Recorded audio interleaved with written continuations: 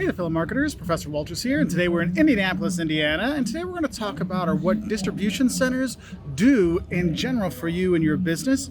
Because Indianapolis, actually, if you live anywhere in the Midwest, you might see your Amazon package comes through here, your FedEx packages come through Indianapolis, because it's a really big center hub for a lot of distribution places to go around the country.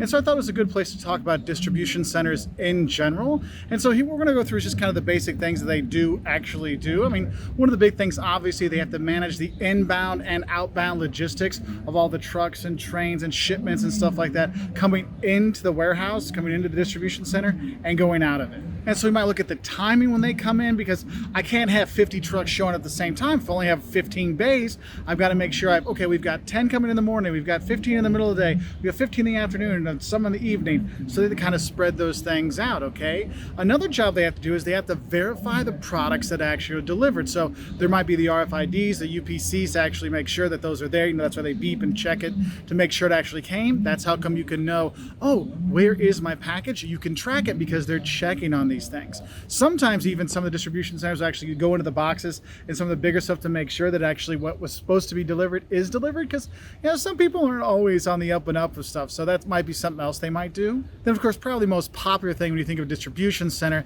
is they actually store products, the storing of products. And you'll see that, that's why Amazon does so well, because they have their distribution centers spread out all over the country, all over the world. And so when you buy something, it doesn't have to come from 20 states away or 20 countries away. It might be located in your state, or in a state next to yours, in a country next to yours, or a city next to yours, and it can get there a lot faster. So it actually stores products.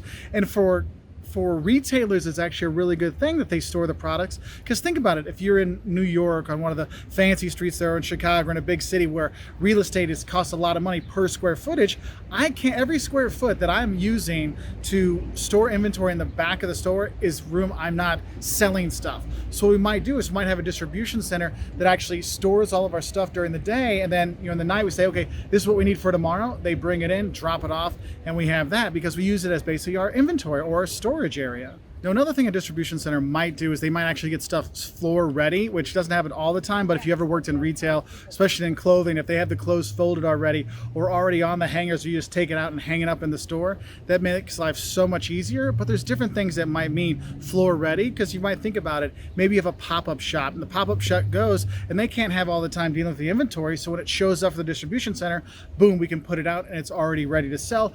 Sticker prices are on there, prices tags are on there and stuff like that, so we're good to go. So obviously, with all that product in the distribution center, they've got to get the products ready to ship. So they'll have the pick tickets that say, okay, these boxes are going to San Antonio, these are the boxes that are going to Indianapolis, these are the ones that are going to Tokyo. They have all these things, so it's divided all up, it's all ready to go to get shipped in the right way, so we can get things in better order. And that kind of goes into what we call cross docking, which is another thing they're going to do, because they might see that we have a truck coming in from Chicago, another coming from San Antonio, another one coming in from Alberta and stuff like that. They're all coming to our distribution center, but then they're taking off. One's going to LA, one's going to Memphis, one's going to Florida. Well, when they all come in, we want to cross dock, and hey, how do I switch the stuff to go other places? How do I switch it? And so it's going to make sure that we don't have to send 3 trucks to LA. We only have to send 1 truck to LA, because we cross docked and put everything on there because they're going that way. So it takes a lot of effort to get all that stuff ready. And then of course, they have to ship the products to the stores. They have to ship to the retailers and other places.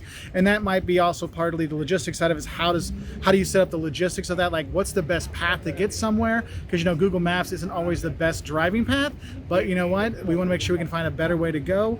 Maybe they have to figure out, like, how do we move the wires? Have you ever wondered how they get some of the big stuff around? How do they move the telephone wires, the electrical wires from the streets and stuff like that? When they're taking these things, someone has to deal with that. So distribution centers might be helpful in that way. But a lot of times what it is just figuring out how do we stock, or how do we pack the trucks, or how do we pack the trains so things can get in and out easier? If you want to think about it in terms of an airplanes, they're like, okay, these people are people that they get their bags at the location we're going to go. These are the bags that are going to need to be transferred to another plane. And so they're going to put them in different containers at the airport. So when it goes on the plane, they know that, look, these ones got to go to a different place than these ones are going to stay in Indianapolis at the airport here.